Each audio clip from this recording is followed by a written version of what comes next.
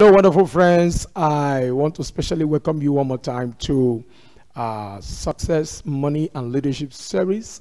And today I'm going to be taking the part 2 of the series of what I started last time. Please, you can do it to get to the YouTube channel, FaithhouseTv, and get yourself properly informed.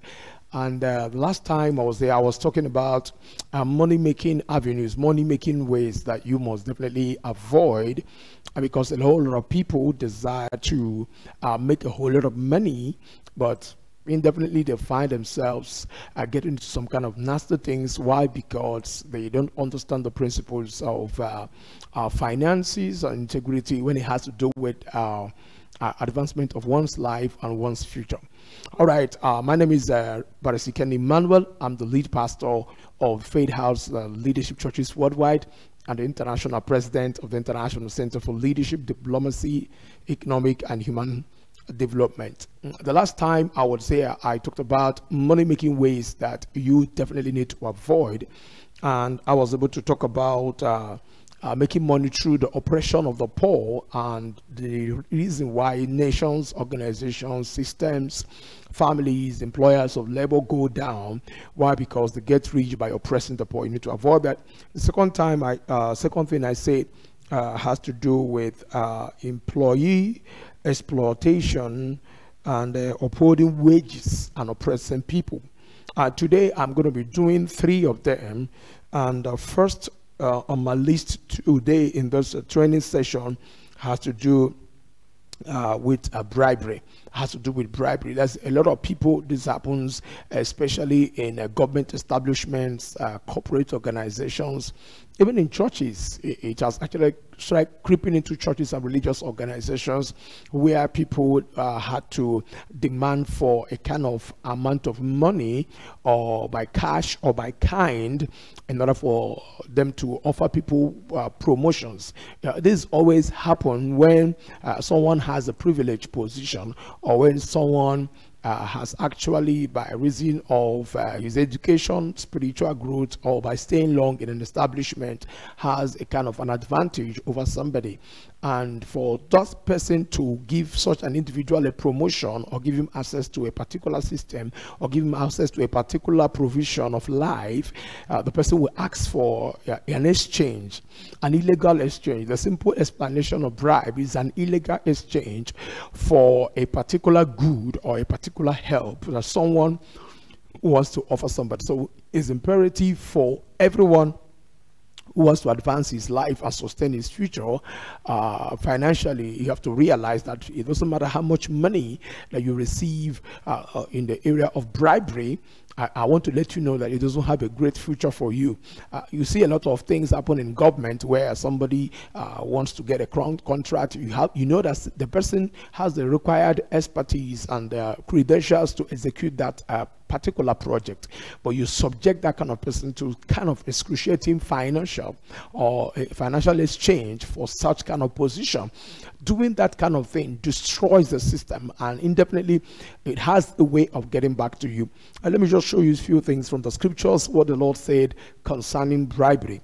As the book of Deuteronomy chapter number 16 verse 19, he said, "Do not pervert justice or show partiality. Do not accept bribe, for a bribe blinds the eyes of the wise and twists the words of the righteous." Whenever people receive bribe, what it does is that it twists the mouth of the righteous. Is that God is saying, don't take bribe. God is saying, don't give bribe.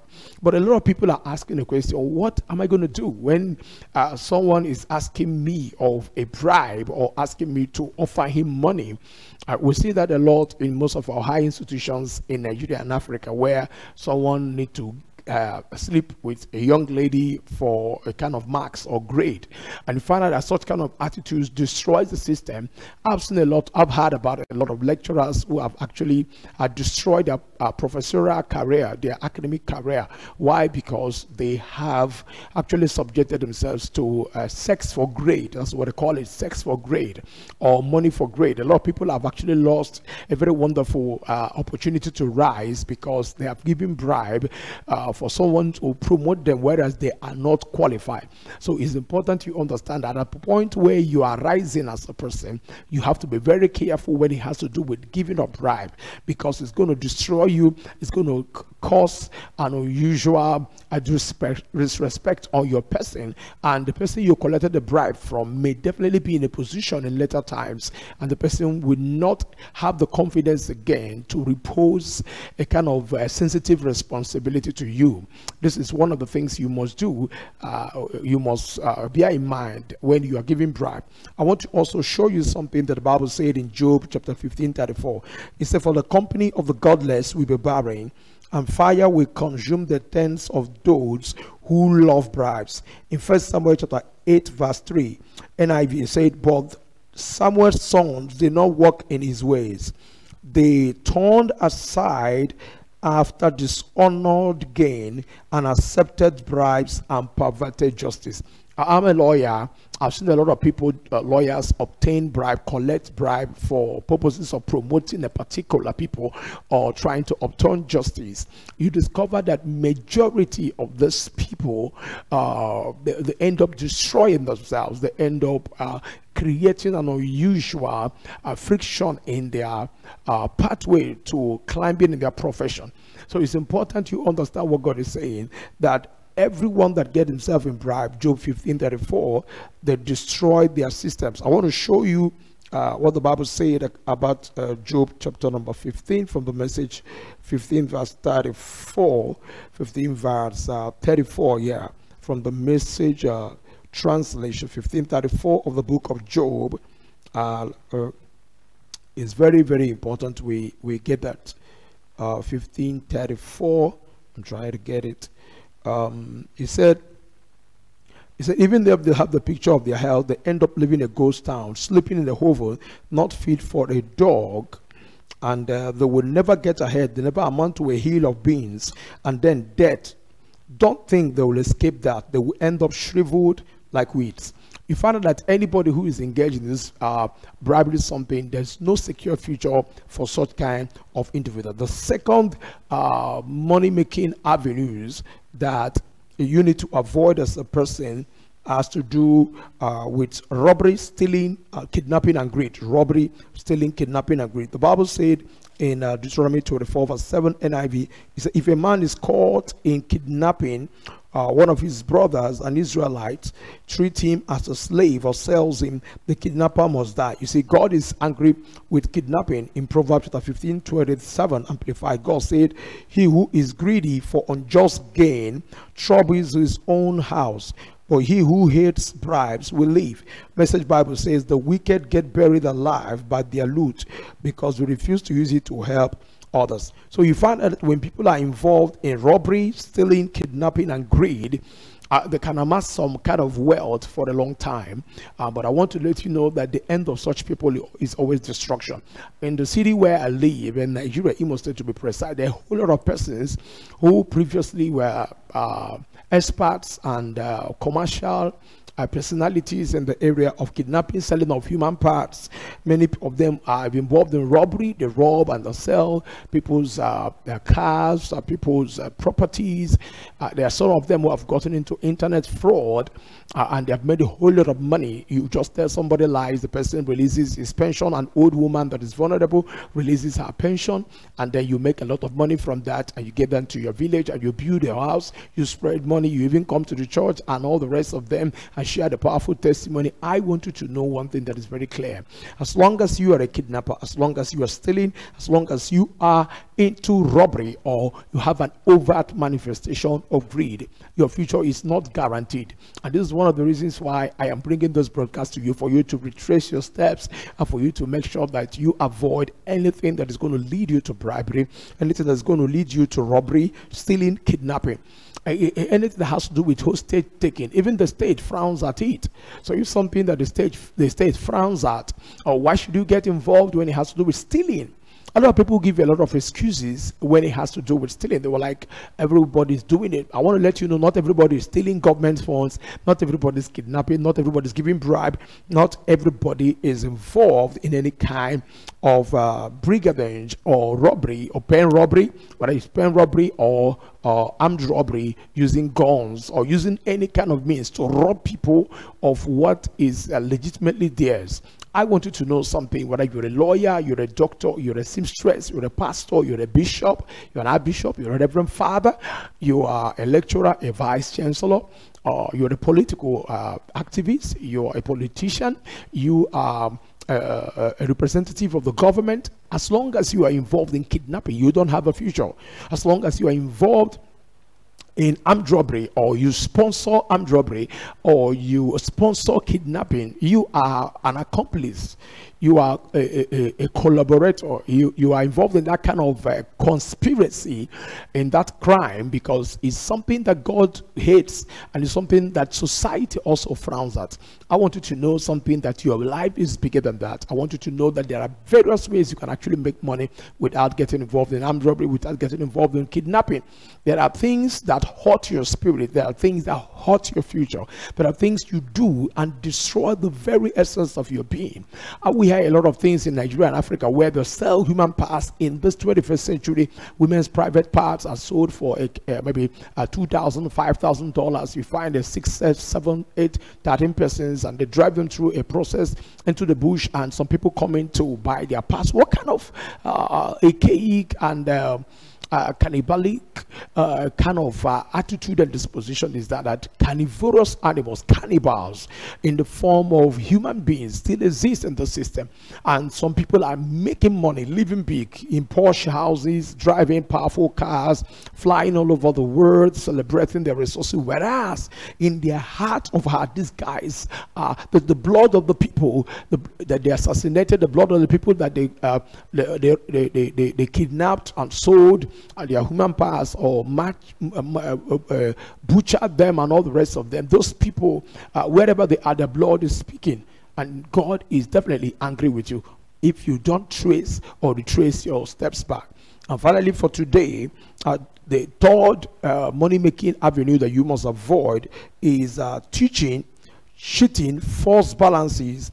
I call it cheating, false balances and measures, or crooked receipting of amenities and provisions. Most people in the church, let me read it. Most people in the church, they know that divorce is bad, adultery is bad, homosexuality is bad. Most people know that a lot of things are bad, but when it has to do with creating a false balance, cheating, or creating a false measurement and deceit, most people who have this expertise, is part of their business. They are involved in deceiving people. They're involved in false balances and cheating. Let's say, for instance, they're coming to a place. They know what is called a pattern of a budget. If something is about 500,000 euro or $500,000, and because you want to take advantage of the people, you inflate the prices to a little bit, about $1 million US dollars, 1 million euros, and then you take the one that is extra and you call it business. God is saying there is a false balance.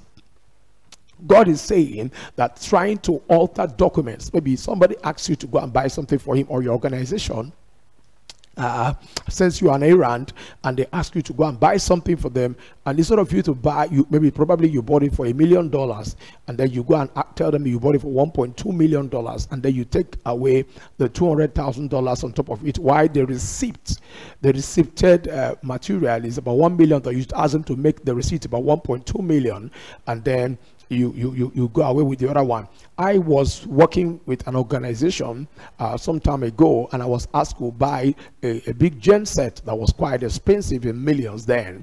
And you know what happened? I did everything that I can do as a person to make sure that everything that we bought were accurate and everything was properly received. You know, some guys, I think they were from Lebanese guys, who wanted me to actually alter the figure. They asked me a question: is it the right price we need to write on that? I said, no, go ahead and write the exact price that both of us discussed.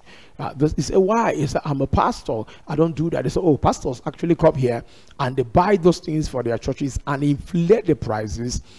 They write, let's say $1.2 million, whereas they bought the thing for $800,000.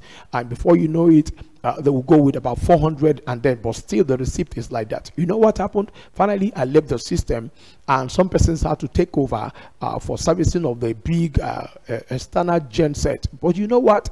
If I had done something bad, if I had inflated the prices, if I had actually brought a false balance, if I've actually done something that is dirty, I want you to know that by now you would have actually caught up with me. Somebody would have exposed, oh, what is this guy talking about? This guy was fraudulent. I want you to know that everywhere you're working, as a civil servant, everywhere you're working, as a director of an establishment, everywhere you're working, you have a responsibility. You have a commitment to yourself, to your children, to your generation, to everyone around you, to make sure that you don't leave a false balance, to make sure that you don't leave any trace of corruption around you. I want you to know that the best of monies are coming your way if you can actually avoid these aforementioned 3 money-making avenues that will destroy your life. I mentioned bribery, I mentioned robbery, stealing, kidnapping and greed, and I mentioned cheating and false balance. I want you to know that the best of you is coming.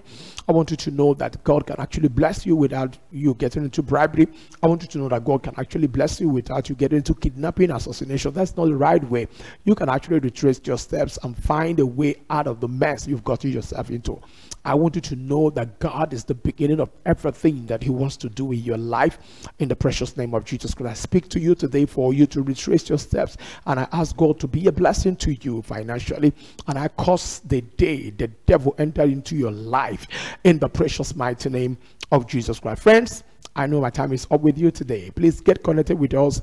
I'm your brother and your friend, Barr.Ikenna Emmanuel, the International President of the International Center for Leadership, Diplomacy, and Economic Development, and the Senior Pastor of Faithhouse Leadership Churches worldwide. Please get connected with us on the number that is on the screen. Call your friends everywhere, and let's be part of the movement that is championing financial integrity in our generation. Please click on the like button and also share with your friends, and I see God be a blessing to you in the precious name of Jesus Christ. God bless you, and do have a nice time.